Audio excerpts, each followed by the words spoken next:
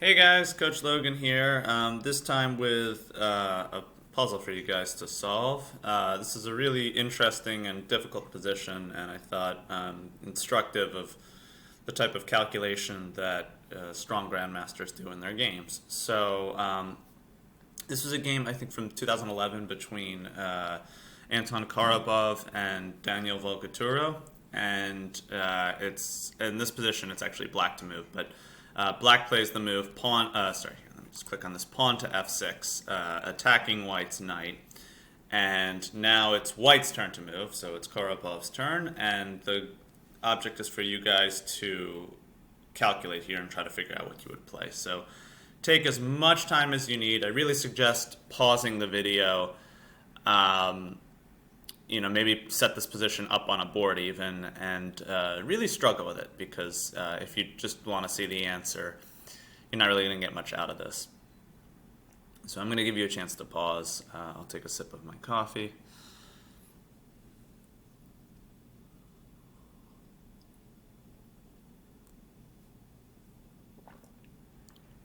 Okay, so this is your last chance to keep it paused. Again, it's white to move, but I'm going to show you what happens. So let's talk about this position first. So white is down a pawn, but it's kind of a typical kind of Queen's Gambit style. He's down this, black has taken this C pawn with his D pawn, which has given white more control of the center. And also, black's pieces, we'll notice, are kind of marooned over here on the queen side. In particular, his queen is on a6, his knight is on a5. The knight on c5 looks decent, like maybe it can pop into d3 at some point, but none of them are near the black king. Whenever you have sort of a large my friend called this an attacking coefficient, when you have like a lot of your pieces near their king and they don't have very many defending it, that's a good sign that you have strong attacking chances. So white here, we can clearly see the queen and the knight are near the black king, which, that's queen and the knight is one of the best attacking combinations there is. But it's not easy to see like more pieces near the king. For instance, this bishop, while it's on the king side, is not pointed at the black king. This rook on f1 doesn't really seem involved. The knight on c3 is not really involved. The rook on d1, potentially could get in there, but how? I mean, it's not clear. What are you going to play? Rook d7? They can take you a million different ways. So what do you think white should play here to really get the attack started? Okay, so you already had a chance to pause, so I'm going to show you. Korobov found this beautiful, beautiful move here. Rook to d8, which, it's kind of amazing. This is the type of stuff you see from from grandmasters who are good at calculating. His knight on f6 is on prise, it's hanging, and rather than move it, he just puts another piece out there to be hanging, which is this rook on d8. But as soon as we start calculating, we see it's carrying a lot of threats with it. For instance, the immediate threat is just to play, to bring this queen to f7 with check, and then because the rook is pinned, it won't be able to take, and then we would have queen to f8. So for instance, I mean, this would never be a move black would play, but I don't know, I'm trying to think here what I could even do. Let's just say he played something like queen b6 to attack the rook. I know that doesn't make any sense, but just to show the point, queen f7 would be played, and then king to h8, and then queen takes. Also, I guess if he were to truly play queen b6, you could also take this and then play queen to f7 with checkmate. So we clearly have some threats. So then the question is, well, what is black going to do about it? Well, the thing to examine are the two most obvious captures, which are rook takes d8 and also f takes e5. Now, in the game, black played f takes e5. We're going to come back to that. The first one we would need to calculate is rook takes d8. But as soon as we start calculating, we see that this actually doesn't work very well, because it gives white access to a critical square, which is this f7 square.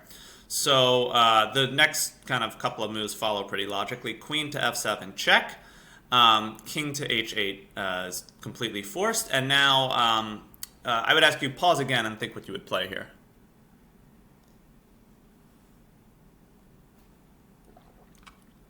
Okay, So if you want more time, keep the video paused. But this is a time where, again, with the knight hanging and us already down a rook, white finds the time to just play a very deadly quiet move, queen to e7, which is forking the rook on d8 and the knight on c5. And it's not just forking the rook, it's also threatening queen takes d8 with checkmate.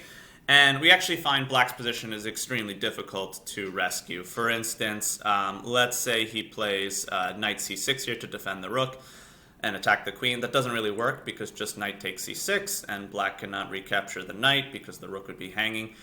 He could try to run the rook back to g8 and say, okay, I'm up in exchange, but after another strong move, knight to d8, white is now threatening knight to f7 with a smothered mate. And it's not all that easy for black to deal with, and we'll see that even if black can avoid the smothered mate, like with something like h6, white's attack just continues to rage, especially on these light squares now that black has put a lot of pawns like this. So for instance, knight f7 check, king to h7, and okay, white could just simply play queen takes c5 here, and at that point he's up in material. He's got two minor pieces for a rook and a pawn. However, the analysis I was looking at showed that it's even stronger to start with this move pawn to e5, which makes a lot of sense. You're just moving this pawn off of a light square, so now your bishop is able to join the attack on what's it called, on pawn, on, you know, bishop to e4. Also, you're threatening to play e takes f6, which is going to add the pawn to the attack.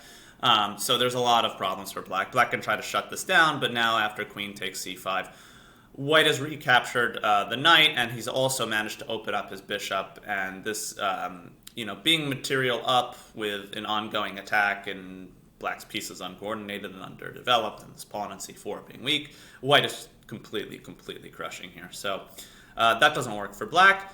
After queen to e7, black can try a few other moves.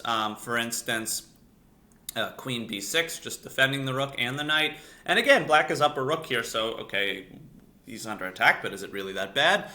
Turns out, yes, it is that bad. Knight to f7 check, king to g8, and now we can take this rook on d8, so we win our rook back, and we're threatening queen to e8 with checkmate. So after h6, once again, pawn to e5 is a nice little Zwischenzug here, just not even Zwischenzug, just a kind of a clearance move to open up, you know, this bishop on this diagonal and potentially the e4 square.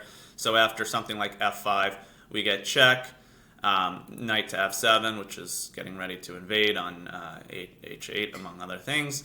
Queen c7, sort of hitting this knight, and now another strong move, bishop to f3, after which say rook b8 here, so that this bishop can move, because the bishop, you know, black would like to play bishop to d7 to clear out this rook.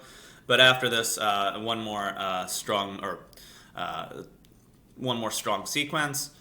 You can pause if you want to try to find it, but white can now flush the black king out with the strong move queen h8 check, and then the even stronger move bishop to h5. And this drags black's king out.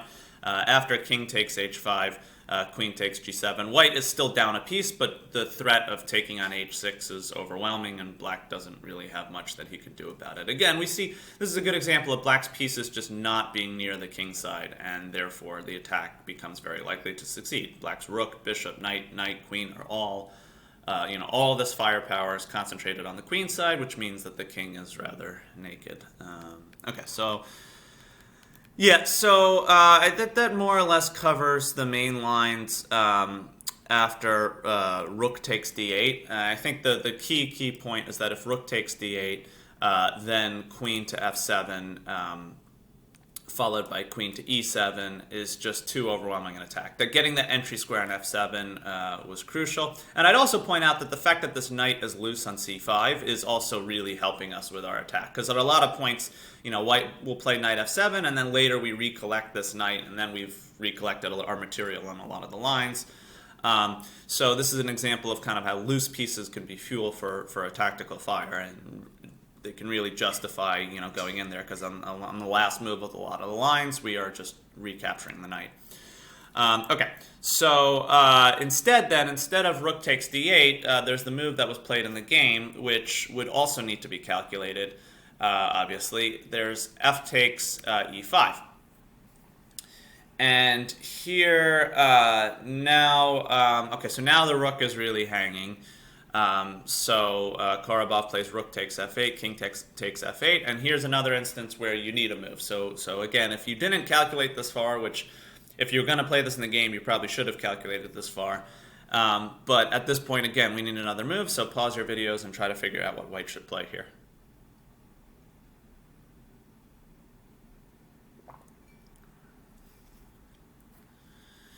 Okay, so this would fall under kind of the attacking concept of include every piece in the attack. And we see white's queen is clearly involved in this.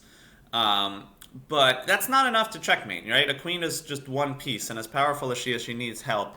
And so how are we going to get other pieces involved? Well, the knight doesn't have a clear path because d5, knight to d5 is maybe not so available right now. And the bishop, again, it would be nice if we could get this involved, but it's not clear how it's going to work. However, there is another piece that has a clear way to get involved, and that is this rook on f1. And the best way to do that is the very direct move, pawn to f4, which the whole point is now we're threatening to play f takes e5, and then all of a sudden the rook joins the attack. And once you have a rook and a queen on a naked king, that king is very unlikely to survive. Also keep in mind, if we were to do this, we would at some point get this pawn taking on e5, and then the pawn would take away squares like d6, which would make it even harder for the king to escape. Sorry, I didn't mean to do that. So after f4, Black can run with his king to e7. I think it's worth showing another line, though. This was another one that would have needed to be calculated. But after the move knight to d7, white needs a strong move here. So again, I would say pause your videos. But I'm going to continue because I'm starting to get deep into time on this. White would need to find the very strong move, knight to d5, including the knight in the attack, getting ready for stuff potentially like knight to c8 and then queen to e8 with checkmate. Sorry, knight to c7, forking the queen, and then queen to e8 with checkmate. So after e takes d5, white is at the moment down 2 pieces, but black is horribly uncoordinated. And after f takes e5 check, king to e7, and then e takes d5, these 2 pawns are amazing attackers. White's threatening stuff like pawn to d6 check, and then able to invade after that with like queen f7 and queen e7. So we'd get queen b6 check, and once again, white would need to calculate and find the right move here. So I would say pause your videos, but I'm going to continue. This one I really think you should pause because it's actually, there's 2 options and only one of them works. But white would need to play the move rook f2, which is a bit counterintuitive. When I was doing this, I was thinking about king h1, just getting the king out of there. But the reason why rook f2 is important is because after, again, white is threatening pawn to d6. After queen to g6, trying to give the king, some cover on the king side. After queen h4 check, king e7, and then pawn to d6, threatening queen e7. Black's only move here to really stop that is queen to e6. Knight to c6 doesn't really work. You can just take the knight and you're threatening queen to e7. After queen to e6, here white has a beautiful deflection tactic, bishop to d5, and it's very important that your king is not on h1 here, because if the king were on h1, queen takes e4 would be check. Here, instead, if queen takes e4, this is just mate. And if queen takes e5, which is another line, now bishop f7 check, queen to e8, queen to d8, and white's going to win queen e8, and this is mate. So all of that is very nice.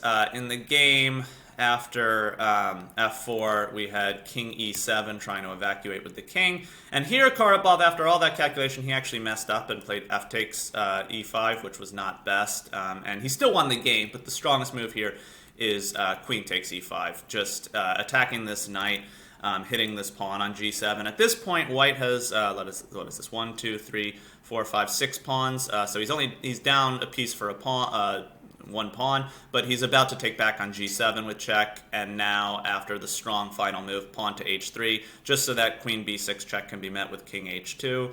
After this, now f5 comes, and the attack is overwhelming. Here comes strong move pawn to f6. Black can't take because we would be promoting.